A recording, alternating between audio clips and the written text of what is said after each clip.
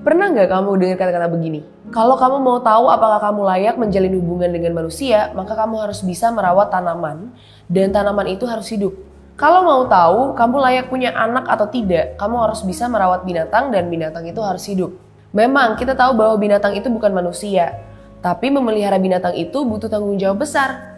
Di Belanda, mengadopsi binatang itu nggak bisa dilakukan sembarangan. Minimal banget nih, kamu harus tahu dan bertanggung jawab kapan dia makan, kapan dia minum, dan tahu juga hal-hal apa yang menyenangkan buat binatang ini. Dan ini semua harus dipenuhi.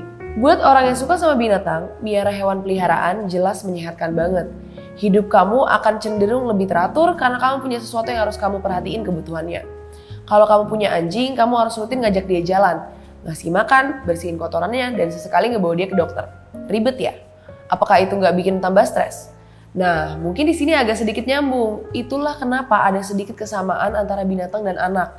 Kamu harus bisa sayang sama mereka secara total. Berurusan sama binatang piaraan itu nggak bisa kamu hitung untung ruginya.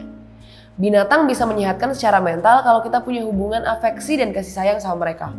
Tapi kalau kita nggak punya waktu dan nggak suka binatang, jelas sebaiknya kita mengurungkan niat buat punya binatang peliharaan. Memiliki dan mencintai binatang peliharaan itu gak bisa diwakilkan atau cuma milih bagian enaknya aja. Misalnya kamu suka godain kucing tapi gak mau beresin kotorannya. Atau kamu main sama anjing tapi gak mau ngasih makan. Karena itulah di negara maju kayak Belanda, mengadopsi binatang selain kita lihat dulu kemampuan mengurusnya, kita juga dilihat kecintaannya sama binatang yang diambil. Mengadopsi binatang di satu sisi bisa menyehatkan, tapi kalau kamu gak siap malah bisa ngebuat hari-harimu berantakan. Jadi kalau belum bisa buat komitmen dan memenuhi tanggung jawab jangka panjang, sebaiknya tunda dulu aja.